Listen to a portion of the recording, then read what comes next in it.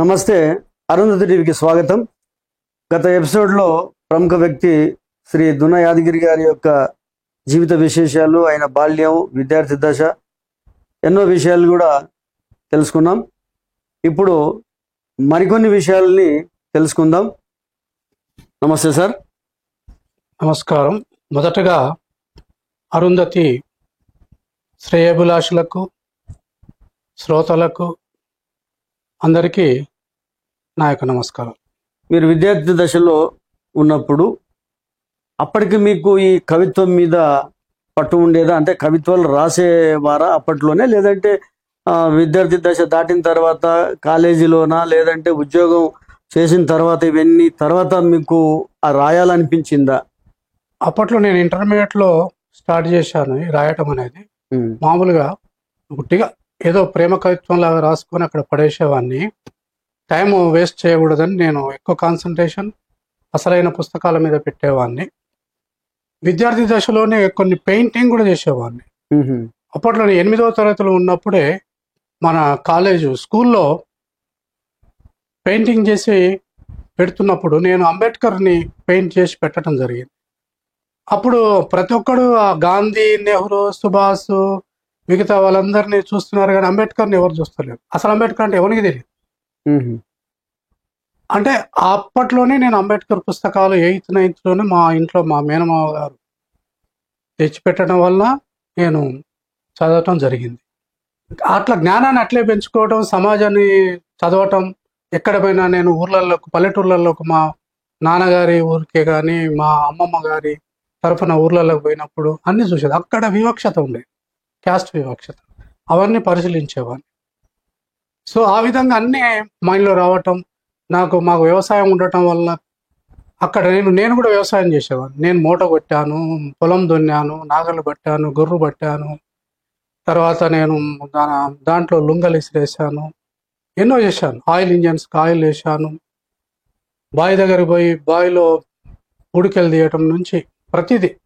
మా నాన్న వాళ్ళు లేనప్పుడు పశువులను తోలుకపోవటం, మళ్ళీ వాటికి మేపుకోవటం, రావటం సండేలు లేదా మన సమ్మర్లో అలాంటివి కూడా చేయటం జరిగింది. కాబట్టి నా దృష్టి ఎక్కడ పోయినా, ఒక బస్సు ఎక్కినా, ఒక ట్రైన్ ఎక్కినా, అక్కడ నడుచుకుంటూ తిరిగినా, కొత్త ప్రదేశం పోయినా పరిశీలించటం. ఏంది ఈ సమాజం గురించి, ఏంది ఈ ప్రకృతి, ఏంది తర్వాత మన క్యాస్ట్ గురించి, ఏంది ఈ ఎస్సీలేంది, బీసీలేంది, మైనార్టీ వాళ్ళేంది, ఈ ఓసీలేంది, ఇదంతా ఒక గమనించటం వల్ల తర్వాత రచన కూడా అప్పుడప్పుడు నాకు ఇష్టం వచ్చినప్పుడు నేను రచన చేసుకోవటం, అది ఆ విధంగా జరిగింది. ఇప్పుడు వ్యవసాయం మీద మీకు పూర్తి అవగాహన ఉందంటున్నారు. అంటే మీకు సొంత వ్యవసాయం ఉండింది? వ్యవసాయం ఉండే మా మా తాతగారిది 20 ఎకరాలు ఉండేది. అదంతా మా నాన్న చేసేవాడు. తర్వాత అందులోనే మాకు 2.5 ఎకరాలు ఇవ్వటం జరిగింది. అప్పుడు నా పెళ్ళి అప్పుడు 1 ఎకరం భూమి అమ్ముకోవటం జరిగింది. మా తర్వాత ఒక సిస్టర్ పెళ్ళికి 1/2 ఎకరం అమ్మటం, తర్వాత ఇంకా ఎకరం అమ్మటం జరిగింది. మా సిస్టమ్ మొదటి నుంచి కూడా మేము కట్నాలు తీసుకోము, ఇయ్యము ఎవరికైనా. అది నా సిస్టమ్ మొదటి నుంచి కూడా. మన ఖర్చులు ఏమైనా ఉన్నాయో చేసుకోవాలంటే వచ్చిన ఉద్యోగం నుంచి వచ్చిన డబ్బుల నుంచి చిట్టేసుకోవడం. ఫస్ట్ చిట్టీలు వేయటమే, చిట్టేసుకోవాలి. అందు నుంచి వచ్చిన దాంట్లో నుంచి ఒక అమ్మాయి పెళ్లికే కానీ మా అవసరాలకే కానీ ఖర్చులు పెట్టుకోవడం. మనం ఒకళ్ళు అడిగేది లేదు, ఇయ్యటం తప్పితే తీసుకునేది లేదు.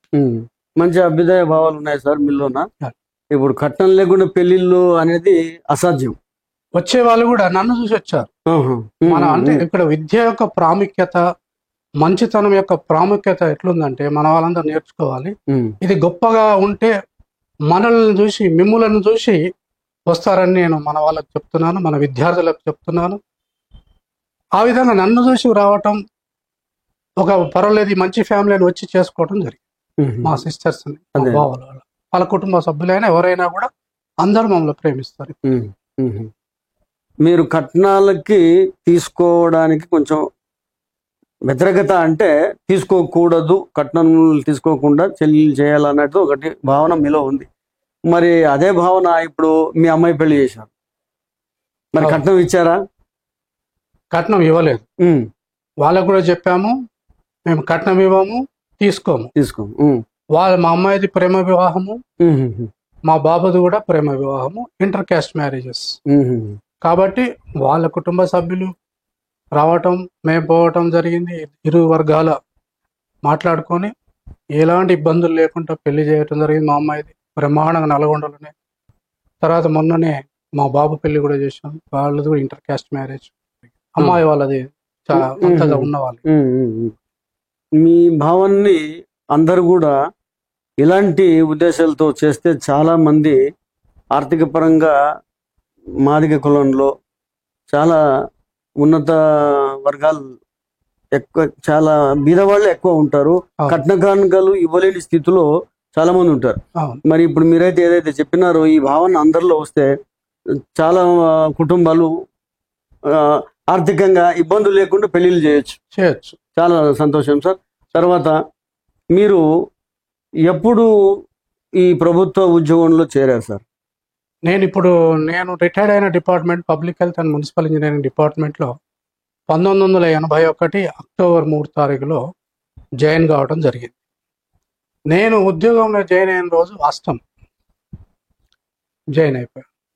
అది నా సిస్టమ్. అంటే సార్ ఇప్పుడు మీరు నాస్తికుల ఆస్తికుల? నేను నాస్తికులు. ఇవి నమ్మరు మీరు? మూఢనమ్మకాలు కానీ ఈ స్థితులు ఇవన్నీ కానీ నమ్మరు? నేను మొదటి నుంచి అప్పట్లో కూడా మన ఇంట్లో శనివారం ఎవడు తినొద్దంటే శనివారం మటన్ చికెన్ తెచ్చుకొని వండుకొని తినేది, అదే అందరూ తినిపించేది. సార్ ఇప్పుడు ఇందాక మీరు చెప్పారు ఈ స్థితులు ముహూర్తాలు ఇవన్నీ నమ్మను అన్నారు. మరి మీ మామగారు కూడా నాస్తికత్వంలోనే ఆయన కూడా ఉన్నారు. మరి ఆయన బాటలో మీరు నడిచారా? ఆయనని ఆదర్శంగా తీసుకున్నారా? లేదంటే మీలోనే ఇలాంటి భావనలు వచ్చాయా? ఇది మా మేనమామలను చూసి నేను నేర్చుకున్నాను. చిన్ననాటి నుండి మా మేనమామ గారు పెరిక మల్లేశం గారు మాస్టర్గా ఉండి ఆయనను చూసి ఆ యొక్క పుస్తకాల మనం చదివినటువంటి పుస్తకాలు దాంతోనే రావటం జరిగింది. దానికి తోడు మా మామగారు బోయజంగయ్య గారు కూడా తోడు కావటం, నా యొక్క అభిరుచులు నాకు అప్పటి నుంచి అందరం కలిసి ఎప్పటి నుంచో తెలుసు కాబట్టి ఆయనకు అభిరుచులకు తగ్గట్టు ఉన్నాను కాబట్టి ఆయన అల్లుడిగా నన్ను ఎన్నుకోవడం జరిగింది. సార్ మీరు public health and municipal engineering లో ఉద్యోగంలో జాయిన్ అయినారు. మొదటగా జూనియర్ ఇంజనీర్ కదా? ఓకే. ఆ తర్వాత అంటే మీరు జాయిన్ అయినప్పటికీ అప్పటికి సుమారు 20-30 ఏళ్ల క్రితం కదా ఇది జరిగింది? 45 ఇయర్స్ క్రితం. అప్పటికి మనకు ఈ దళితుల పట్ల కానీ దళిత ఉద్యోగుల పట్ల కానీ డిపార్ట్మెంట్లలో చాలా చిన్న చూపు. నేను మొట్టమొదట ఇప్పుడు 81లో జాయిన్ అయినని చెప్పాను కదా. జాయిన్ అయినప్పుడు ఇన్వెస్టిగేషన్ హైదరాబాద్ వాట్సాప్లో ఇన్వెస్టిగేషన్ అని సిద్దిపేట నుండి హైదరాబాద్ వరకు augmentation of water supply to Hyderabad from Siddipet అని. అక్కడ ఎక్కువ ఉన్నది ఎవరు? మేమే, ఎస్సీలు, ముస్లిమ్స్, బీసీ వాళ్ళని వేసి మీరు ఇన్వెస్టిగేషన్ చేసుకుంటారా అన్నట్టుగా వేయటం జరిగింది. సరే అక్కడ ఒక 1.5 year పనిచేయటం. అక్కడి నుంచి మళ్ళీ ఇక చాలు ఇక్కడ ఇన్వెస్టిగేషన్ ఇప్పుడు వద్దు, మనం కృష్ణా వాటర్ తీసుకొద్దాం, కొల్లాపూర్ నుంచి మహబూబ్నగర్ జిల్లా కొల్లాపూర్ నుంచి సోమశీల ప్రాజెక్ట్ నుంచి వాటర్ తెద్దామని మళ్ళా మామూలుగా మహబూబ్నగర్ జిల్లాలో వేశారు, నన్ను కొల్లాపూర్లో వేశారు. అది ఇంకా చాలా దూరం. కొల్లాపూర్ వేసి అక్కడ ఒక డిఈని కూడా వేశారు. డిఈ కూడా వేసి మాదిగా ఇద్దరు వాళ్ళనే. అక్కడి నుంచి మళ్ళీ మేము మా జ్యూరిడిక్షన్ కొల్లాపూర్ టు జడ్చర్ల వరకు సర్వే చేయాలి. జడ్చర్ల నుంచి హైదరాబాద్కి వేరే వాళ్ళు చేస్తారు. అట్లా అక్కడ ఒక 1.5 year చేశారు. తర్వాత అక్కడి నుంచి మళ్ళీ సంగారెడ్డికి వేశారు. సంగారెడ్డిలో మంచిగా phase 3 చేశారు. phase 3 1200 mm 1000 mm పబ్లిక్ మన పిఎస్సి ప్రీస్టెస్ట్ కాంక్రీట్ పైప్ లైన్ వేయటం, దానికి అప్రోచ్ రోడ్లు వేయటం, అదొక 2 years అక్కడ పనిచేశాను. తర్వాత 86లో నేను నల్గొండకు రావటం జరిగింది. నల్గొండకు అప్పట్లో ఫ్లోరైడ్ ఎఫెక్ట్, మంచినీళ్ళు లేవు, నీళ్ళు దొరకవు, బోర్లలో వాటర్ ఉండదు. కాబట్టి కొత్తగా ఎన్టీ రామారావు గారు వచ్చినప్పుడు 1983లో ఆయన ఒక స్కీమ్ శాంక్షన్ చేశాడు. Nagarjuna Sagar left canal Nirmanur Mupparam village దగ్గర నుండి 32 కిలోమీటర్ నల్గొండకు వాట్సాప్కి తీసుకురావాలి. అది జరుగుతున్నప్పుడు నేను జూనియర్ ఇంజనీర్. ఇప్పటికే నన్ను జై సాబ్ అంటేనే గుర్తుపడతారు. ఎస్సీ యాదగిరి అంటే ఎస్సీ యాదగిరి ఎవడు అంటారు నల్లగొండ. జై అంటేనే అందరికి అది, జై సాబ్ అంటేనే అది. ఎందుకంటే ఎక్కువ కాలం బాగా అదైంది ప్రతి ఒక్కరికి. నేను ఆ స్కూటర్లో ఎప్పుడు స్టాంపు గెజిట్ ఆఫీసర్ సిగ్నేచర్స్ కోసం పెట్టుకొని తిరిగేవాడు. ట్రూ కాపీలు అప్పుడు లేవు కదా, బజార్లో ఏడ కనపడతాడు ఆయన సంతకాలు పెట్టాడు. సో అదే విధంగా మనం సామాజిక కార్యక్రమాల్లో చాలా పోరాటాలు చేసాం. ఏ మూమెంట్ అయినా, ఎక్కడ గొడవలైనా, ఏదైనా అక్కడ పోవటం. ఈ ఎస్సీ వెల్ఫేర్ అసోసియేషన్ ప్రెసిడెంట్ కత్తుల నరసింహ అని ఒక ప్రెసిడెంట్ ఉండే, నేను జనరల్ సెక్రటరీ ఉండే. అలా ఉద్యమాలు చేశాం. ఎస్సీ ఎస్టీ బీసీ మైనారిటీ సంఘం పెట్టాం.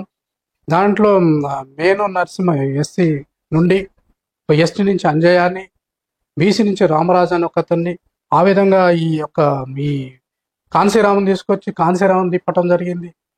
ఇవన్నీ చేశాం. తర్వాత అప్పట్లో ఎక్కువగా అంబేద్కర్ జయంతులు చేయకపోయేవాళ్ళు, అంబేద్కర్ వర్ధంతులు చేసేవాళ్ళు ఎక్కువ శాతం మా మామూలు ఉన్నప్పుడు. అప్పుడు నేను హైదరాబాద్ నుంచి టీవీ నారాయణ గారిని తీసుకురావాలి.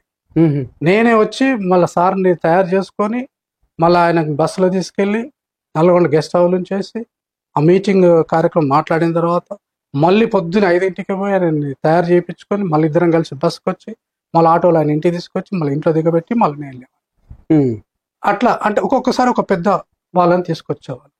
14 ఏప్రిల్ అంబేద్కర్ అయ్యేవారు. ఈ మధ్య కాలంలో ఇప్పుడు నిన్న మొన్న చేశారు, మీరు అందరూ చూశారు. మేము ఎప్పటి నుంచో చేస్తున్నాం.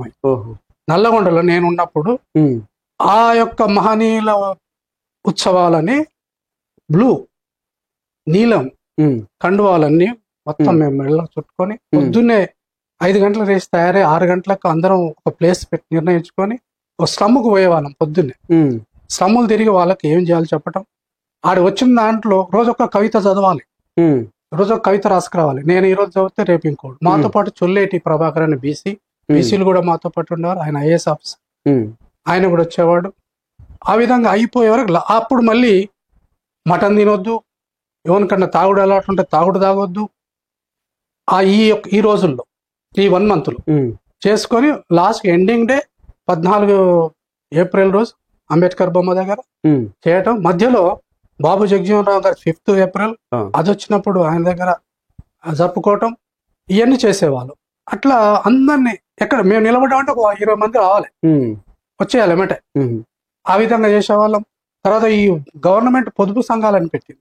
పొదుపు సంఘాలు వాటికంటే ముందు మేమే కొంతమంది అమౌంట్ కలెక్ట్ చేసి కూరగాయలు అమ్ముకుంటే వాళ్ళకి ఒక 500-500 ఇచ్చేవాళ్ళం.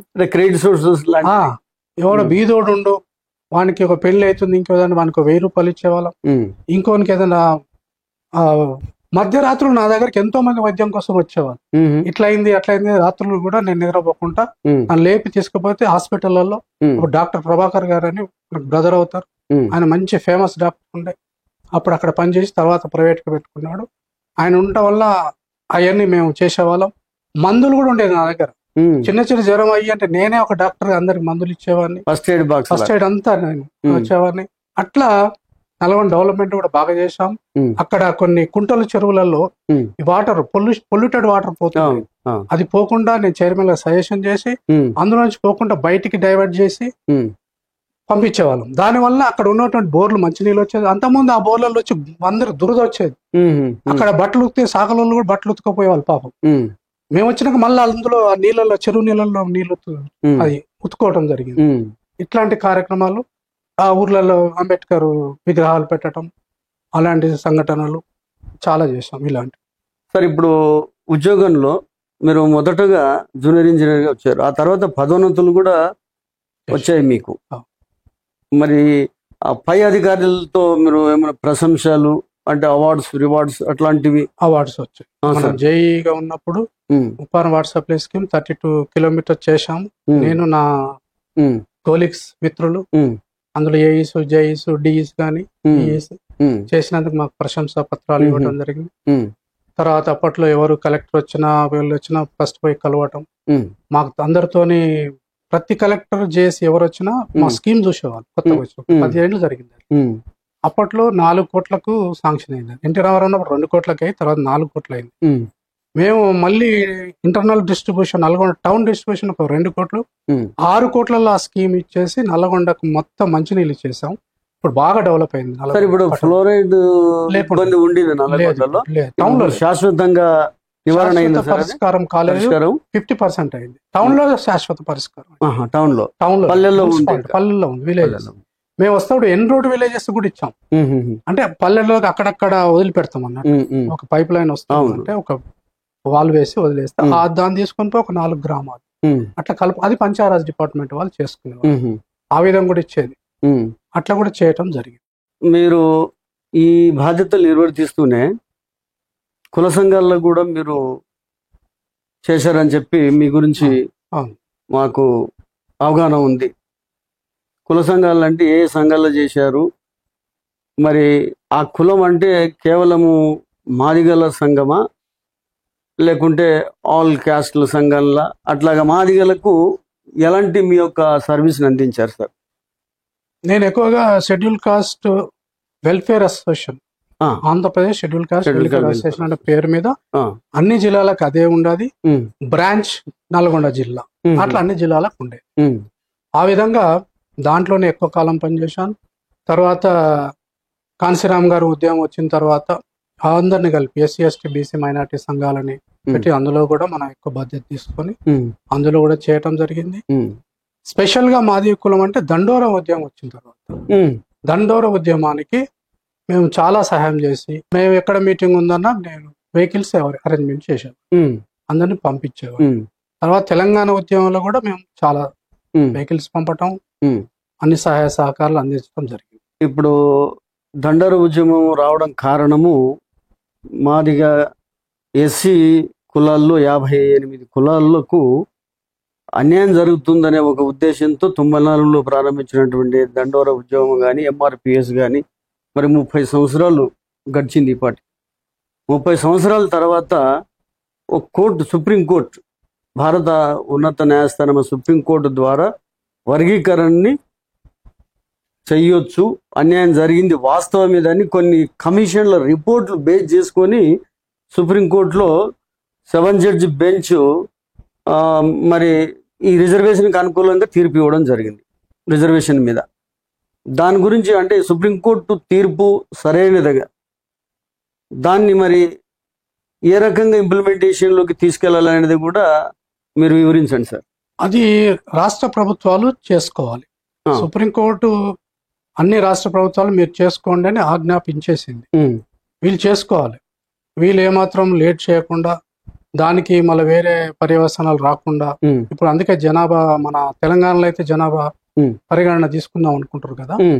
సో దాన్ని పెట్టుకొని ఎవరి పర్సంటేజ్ ఎంత ఉందని చూసి, మన ఒక్కలే కాదు మాదిగ మాలలో బాగుపడ్డారు, మరి ఇతర దీనికి సంబంధించిన సబ్ క్యాస్ట్ వీళ్ళు కూడా డెవలప్ కావాలి కదా. ఎంతో మంది ఉన్నారు. వాళ్ళని కూడా వాళ్ళ లెక్కలు కూడా కరెక్ట్ వచ్చిన తర్వాత వాళ్ళకి ఎంత పర్సంటేజ్ ఇవ్వాలి, మాల సబ్ క్యాస్ట్లకు ఎంత పర్సెంటేజ్ ఇవ్వాలి, వాళ్ళ కింది కులాలకు ఎంత ఇవ్వాలి, అవన్నీ చూసుకోవటం, దాన్ని చేసుకోవటం సమంజసమే, మంచిగా ఇచ్చింది. కానీ ఇది ఆగే సమస్య లేదు. అందుకే నేను ఈ మధ్యన ఒక పోయం రాశాను. మనం ఒక బుక్ వేస్తున్నాము, పెద్ద మీటింగ్ పెట్టేసి ఆ ఒక బుక్ ని రిలీజ్ చేయాలని. దాంట్లో నిన్న నువ్వే తిన్నావు, నేడు నువ్వే తిన్నావు, మొన్న నువ్వే తిన్నావు, ఇంకా తింటూనే ఉన్నావు, ఎందుకు రానికి ఈర్ష అన్నట్టుగా అది బేస్ చేసుకొని వచ్చేసాం. నిన్న నువ్వే తిన్నావు అంటే మేము కళ్ళారా చూసాం. నేను మన టీవీ నారాయణ గారితో పాటు తిరిగిన కాబట్టి హైదరాబాద్ వాళ్ళు చేసినటువంటిది కార్యక్రమాలు, మన మాదిలకు ఎంత అన్యాయం జరిగింది అనేది కళ్ళారా చూశాను. కానీ ఆ యొక్క అనుభవంతో పోయం రాయటం జరిగింది. ఆ మధ్యన ఒక ఆర్టికల్ కూడా అదే అనుభవంతో ఎవరెవరు ఎన్ని అన్యాయాలు చేశారు, ఎట్లా చేశారు, దీనికి అనుకూలంగా ఎవరు ఏం చేశారు అనే దాని మీద కూడా రాయటం జరిగింది. అయితే సార్ ఇప్పుడు ఈ వర్గీకరణ ఏదైతే సుప్రీంకోర్టు తీర్పు ఇచ్చిందో మాదిగలు చాలా సంతోషపడుతున్నారు. ఎందుకంటే అనుబంధ కులాలు కూడా అందరికి లబ్ధి చేకూరుతుందనే సంతోషంలో. దీన్ని మాలలు వ్యతిరేకిస్తున్నారు. దీన్ని ఇప్పటికీ కూడా కోర్టులో సవాల్ చేస్తున్నారు, పిటిషన్లు కూడా వేశారు. దీని మీద మీరేమంటారు? వాళ్ళు మన సోదరులు తెలిసో తెలియక అది వేస్తున్నారు. అది తప్పు. అందరం కలిసిపోద్దాం. అది ఏం కాదు, తప్పకుండా వర్గీకరణ జరిగి తీరుతుంది. ఎవరు ఎన్ని పిటిషన్స్ వేసినా ఏమి వేసినా కూడా భారత అత్యున్నత న్యాయస్థానం ఇచ్చిన తీర్పుకే కట్టుబడి అన్ని రాష్ట్రాలు చేస్తాయి. తప్పకుండా జరుగుతుంది. దీనికి మనం పెద్దగా వరి కావాల్సిన అవసరం లేదు. సార్, ఇప్పుడు మీ అబ్బాయి గారు సినీ నిర్మాతగా ఒక సినిమా కూడా తీశారు, రాజావారు రాణి గారు అని. సక్సెస్గా ఆ సినిమా కూడా సక్సెస్ఫుల్గా ఆడింది. మరి ఆయనకి సినీ రంగంలో ప్రవేశము ఎలా వెళ్ళారు? మీ ప్రోత్సాహం ఏమైనా ఉందా? మా అబ్బాయి మనోవికాస్, ఆయనకు ఇక్కడ ఈ వనస్థలిపురం ఏరియాలో గోపీనాథ్ రెడ్డి అని ఒక ఫ్రెండ్ ఉన్నాడు. ఆయన సినిమా డైరెక్టర్. సమ్మతమే అనే సినిమా కూడా తీశాడు, ఆయన డైరెక్షన్. నిర్మాత కూడా వాళ్ళ మదర్. అతని ద్వారా ఇక్కడ ఉన్నటువంటి ఈ ఏరియాలో చాలా మంది వనస్థలిపురంలో సినిమా వాళ్ళు ఉన్నారు. హీరోలు చేయటం కోసం వచ్చిన వాళ్ళు కానీ, డైరెక్షన్ కోసం వచ్చిన వాళ్ళు కానీ, ఇక టెక్నీషియన్స్ కానీ అట్లా రకాలుగా ఆ సర్కిల్లో తిరగడం వలన ఈ కిరణ్ అనేటువంటి అబ్బాయి, రవి అనేటువంటి డైరెక్టర్, వీళ్ళు పరిచయం కావటం, వాళ్ళ ద్వారా మేము సినిమా తీస్తామని వాడు నన్ను కన్విన్స్ చేయటం, తర్వాత కిరణ్ని రవిని తీసుకురావటం, రవి కిరణ్ అనే వాళ్ళు కూడా ఎట్లయినా చేయండి అంకుల్ అని నన్ను బతలాడటం, ఎక్కడ డబ్బులు వస్తాయి చేస్తాం మేమని. నాకు కొద్దిగా రవిలో టాలెంట్ కనిపించింది. ఆ డైరెక్టర్ వీళ్ళు పర్వాలేదు సరేలే అని అనుకొని దాన్ని స్టార్ట్ చేయడం జరిగింది. ఆ సినిమా పేరు రాజావారు రాణి గారు. అది ఒక నేను కథ తెప్పించుకొని మొత్తం చదివిన తర్వాత చేయటం జరిగింది. తర్వాత అందులోనే నాకు ఒక పాత్ర కూడా ఇచ్చారు, తండ్రి పాత్ర. హీరో తండ్రిని నేను నటించారు. తండ్రి పాత్ర కూడా పోయటం, రాజమండ్రి అక్కడ పోవటం, కొద్ది చేయటం కూడా జరిగింది. తర్వాత కుదరటం లేదు, కొంచెం మనకు అనుభవం లేదు ఒకటి, ప్లస్ నేను హీరోకు తండ్రిలాగా అనిపిస్తలేను, ఒక అన్నలాగా వస్తుంది అనేటువంటి ఉద్దేశంతో వాళ్ళు నాకు చెప్పలేకపోతారు.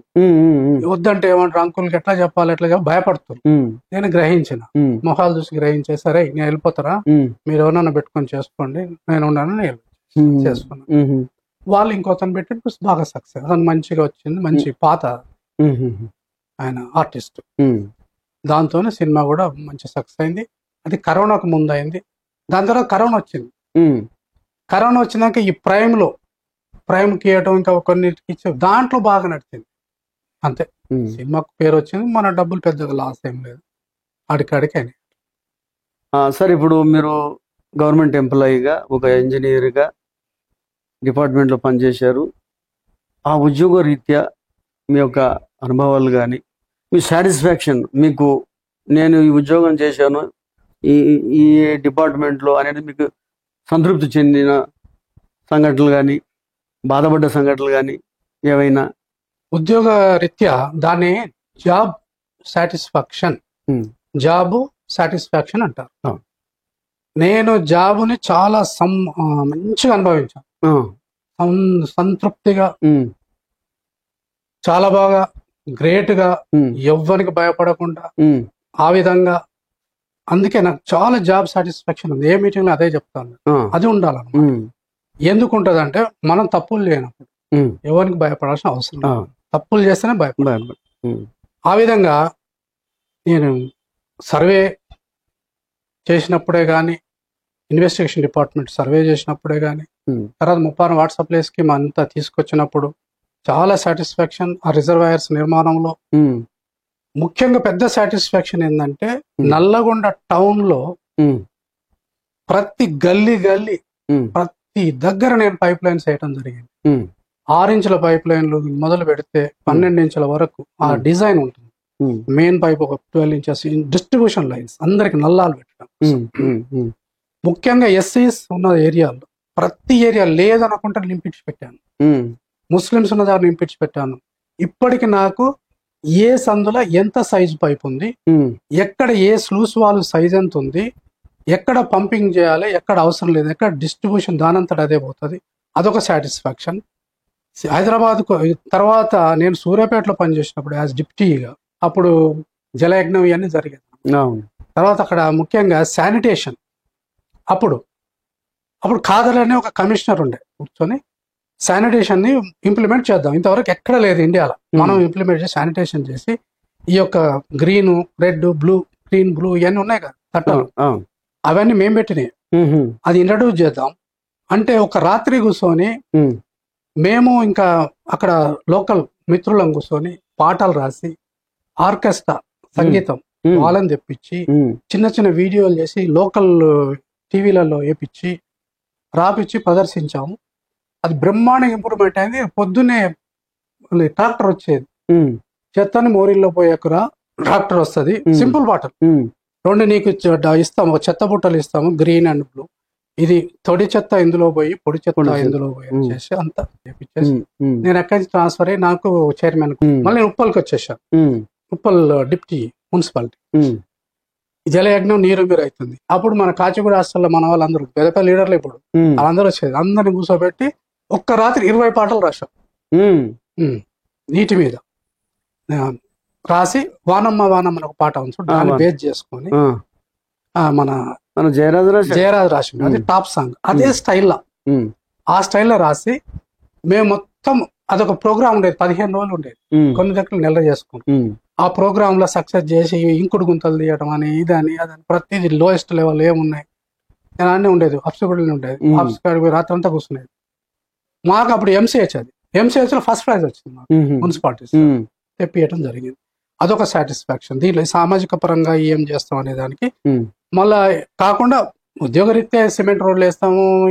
అక్కడైనా ఎక్కడ ఫస్ట్ నేను ఎక్కడ ఉద్యోగం చేస్తే ఇన్స్పెక్షన్ చేయి, పొద్దున్నే ఎవడెక్కడ ఉండని చూసుకోవటం, పోవటం. అక్కడ సిమెంట్ రోడ్ లేదు, పొద్దున్నే సిమెంట్ రోడ్ పర్పలు పెట్టేస్తా, శాంక్షన్ చేస్తా, చేపిస్తా. అట్లా వాళ్ళు చెప్పినా చేస్తాం, కానీ అది మనకు ఉండాలి కదా స్వయంగా. అట్లా కిషన్ రెడ్డి నేను 5 సంవత్సరాలు కలిసి తిరిగాం, ఇద్దరం కలిసి. పొద్దున్న తిరిగి రాత్రి తిరిగి తెచ్చుకునేవాడు. ఏ ప్రోగ్రామ్ గంట నెలంతా తిరిగినా కూడా అంత మంచిగా ఉండేవాళ్ళం. అట్లా బాగా చేసాం. మట్టి రోడ్లు అంబర్పేట మొత్తం నేను అప్పుడు మొత్తం సుందరవనంగా చేసాం. నీకు కమ్యూనిటీ హాల్స్ కానీ, రోడ్లు కానీ, డ్రైనేజ్ వ్యవస్థ కానీ. కుటుంబంలో మీ విషయానికి వస్తే ఏదైనా మీకు బాధ కలిగించే విషయాలు కానీ అట్లాంటివి ఏమైనా సంఘటనలు జరిగాయా? మమ్ములను నన్నే కానీ మా సిస్టర్స్నే కానీ చాలా వరకు మా అమ్మమ్మ చూసింది. నేను అమ్మమ్మని అమ్మ అనేవాడిని. మా పెళ్లి 1983లో జరిగింది, ఆమె 1982లో చనిపోయింది మా ఎంగేజ్మెంట్ అయిన తర్వాత. నేను అనుకునేవాడిని నేను ఆమెని పువ్వుల్లో పెట్టి సాగాలి, కాలేదు. తర్వాత మా మేనమామ ఆయన 88లో చనిపోయాడు. ఆయనను కూడా అట్లే చూసుకోవాలనుకున్నా. ఈ రెండు ఆ సంఘటనలు జరిగినాయి. ఇక తర్వాత తల్లిదండ్రులను చూసుకోవటం మామూలు, అందరినీ చేసుకోవటం కుటుంబరీత్యా మామూలు, ఇవన్నీ అవి చాలా నాకు అంటే ఒక్కడిని కూర్చొని ఏడ్చేవాడిని. గుంపు అందరు వచ్చినప్పుడు నవ్వుకుంటా మంచిగా ఫ్రీగా ఏ మాత్రం బయటపడకుండా చేసేవాడిని. సంఘటన తర్వాత ఒక్కడిని బాగా ఏడ్చాను. మనోవేదన. ఆ రెండు సంఘటనలు, ఇక అంతకంటే ఏం లేవు. ఎప్పుడు గుర్తొచ్చినా. సార్, ఇప్పుడు మన కులస్తులకి మీరు ఇచ్చే సందేశం ఏంటి? మన కులం, మాదే కులంలో ఉన్నటువంటి పెద్దలు, వారి సంతానమే కానివ్వండి, చుట్టుపక్కల ఉన్నటువంటి విద్యార్థులకు కానివ్వండి, చెప్పాల్సింది ఏంటంటే మీరు చదువు తప్పితే మనకు ఇంకోటి లేదు. చదువే మనకు అన్నిటికీ మూల కారణం, ఎదుగుదలకు మూల కారణం అని మన అంబేద్కర్ ఎప్పుడో చెప్పాడు. ఈ యొక్క మహనీయులు అంబేద్కర్, బాబు జగజ్జీవన్ రామ్, కాన్సీరామ్ గారులని దృష్టిలో పెట్టుకొని, భారతదేశాన్ని దృష్టిలో పెట్టుకొని, ఈ యొక్క దేశం ఎటుపోతుంది, ప్రపంచం ఎటుపోతుంది, అలాంటి ఆలోచనలతోని సమాజం ఎటుపోతుంది, ఇవన్నీ దృష్టిలోకి తీసుకొని పిల్లలందరూ చదువుకొని విద్యను అభ్యసించి వీళ్ళందరూ మనం ఏదో ఒక దేశానికి, ఏదో ఒక అమెరికాకు పోతారా, ఆస్ట్రేలియా పోతారా, లండన్ పోతారా అనే దృష్టిలో పెట్టుకొని ఆ విధంగా ఆ విద్యను అభ్యసించి అక్కడ ఉద్యోగాలు చేసుకోవటం బెటర్ అని నేను అనుకుంటున్నా. అదే సందేశాన్ని అందరూ మన జాతి అంతా పిల్లలకు ఇవ్వాలి. చాలా సంతోషం సార్, మీ యొక్క సక్సెస్ స్టోరీ కూడా చెప్పి అందరికీ తెలియజేసినందుకు చాలా సంతోషం. ధన్యవాదాలు. విన్నారుగా, ఇందాక దున యాదగిరి గారి యొక్క జీవిత విశేషాలు, వారి యొక్క విద్యాభ్యాసం, మరి ఆయన దళిత సంఘాల్లో చేసినటువంటి సేవలు, ఈ జాతికి చేసినటువంటి సేవలు అన్నీ కూడా తెలియడం జరిగింది. వచ్చే ఎపిసోడ్లో మరొక ముఖ్య వ్యక్తితో ఇంటర్వ్యూ ఉంటుంది. మీరందరూ కూడా అరుంధతి టీవీని వీక్షిస్తుండండి. లైక్ చేయండి, షేర్ చేయండి, సబ్స్క్రైబ్ చేయండి, కామెంట్ చేయండి, ముఖ్యంగా గంట గుర్తుపైన నొక్కండి. ధన్యవాదాలు.